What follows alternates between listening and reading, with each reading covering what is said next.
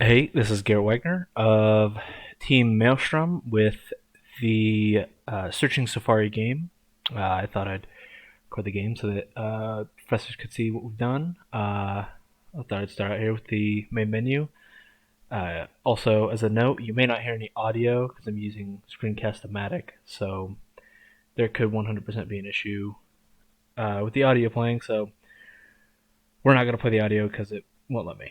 Um, Anyways, I thought we'd start out here with the game loaded up so that you guys could see. As you can see here, we got a nice little main menu that our artists work very hard on to design and such, as well as the other programmer to work on the buttons. Um, so let's just dive right in. Uh, Overall, I'd like to say I had a really fun time on this game while it's loading. Um, as you can see, we have some little objectives. So there's an overall scoring system for the kids, as well as uh, what you have to do for this current level. We made it kind of simple for right now for the video, so you can see that it even does reactions accordingly, and even things like display some little nice little facts for the kids if you get the correct animal and such like that. Uh, I know the artist had a really fun time designing this. And put a lot of hard work into it. As you can see, we kind of were going for the vibe of you were a uh, Safari lead, and with little Lizzie here as she does some of her voiceovers in the game. Like I said, you can't hear them now because of the way I'm recording it, but normally she would do some voiceovers if you hit all the different animals and such. And we were kind of going for the feel of, safari out in Africa, and you kind of went out there and had to spot some different animals. And we kind of were getting that vibe with all the different models we were doing, as well as things like making the campfire with the particle systems and stuff like that. Um, and a lot of the artists did a lot of good stuff during this, like for instance the particle system with setting it up to make it look like flames and such like that. Artists also did a lot of the animations, as you're seeing right here, with all the animals running and navigating with issues and struggling, just like college students in life. And yeah.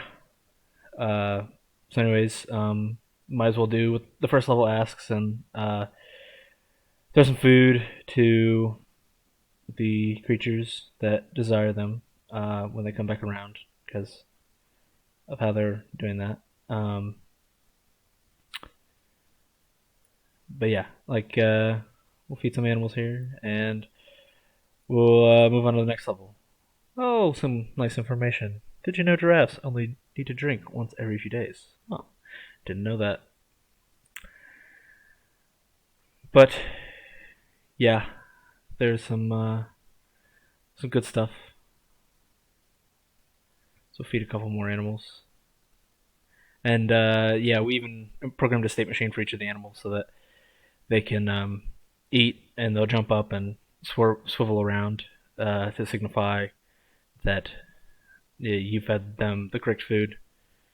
And then uh, Lizzie here even bows her head if it's correct. Oh man, we've been feeding so many animals around here. Can't even tell how many animals I've been feeding. There's 5 animals. Well, should be moving on to the next level. Yep. So the level will dim and show the transition to the next level. Oh, it's nighttime. Oh, we get to do some hunting. So now we get to throw some meat to the meat eaters. As you can see, we got some new creatures are coming out here. What's this? This is an African frog, if I remember correctly. Oh, and a crocodile.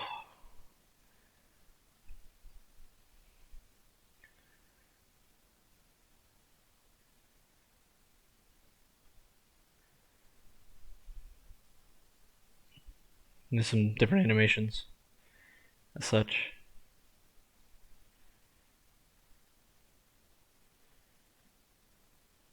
Dun.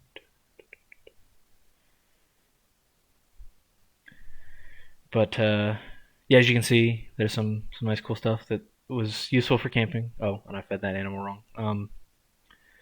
Things like I don't know, nice little radio, rucksack, little tent here, as you enjoy the nature of all the amazing rocks that we have.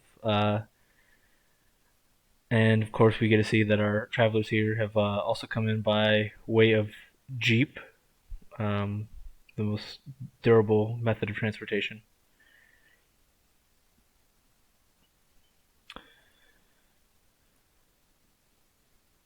Oh, and looks like we fed all the correct animals. So then it resets it. You kind of get to go along and see all the nice little information that all that has, and you get to see all the cool little animals and see all the different animations, see how to feed them and stuff like that. Like, you know how kids like that stuff, and uh, all that kind of jazz. Um, Anyways, I'll go out here and kind of show you uh, some of the cooler stuff that you get to see in the game. Might not get to see it too well, but we'll show some of it. Some of the hidden levels or layers that you wouldn't normally get to see. You know, this is a in depth kind of thing.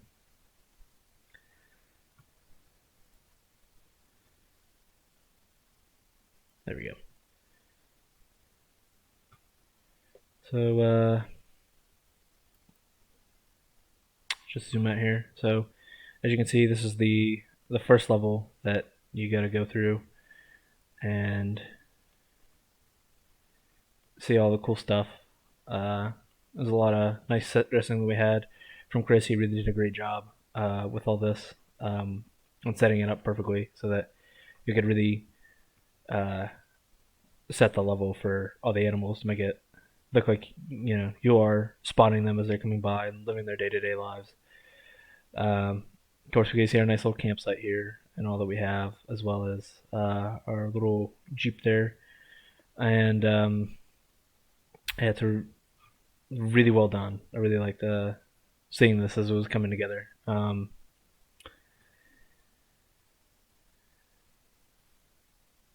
And yeah, it was a really nice time working on this with all the programmers and the artists to get things to work.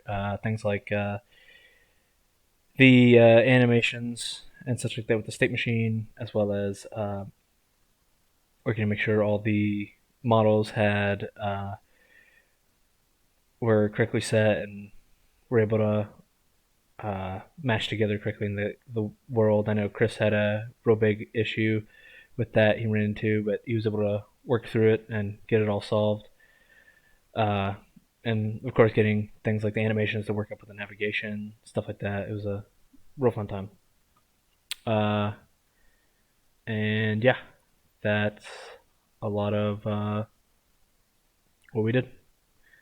Hope you guys enjoyed the game. It's really fun, and have fun messing around with the animals, and just have a good time.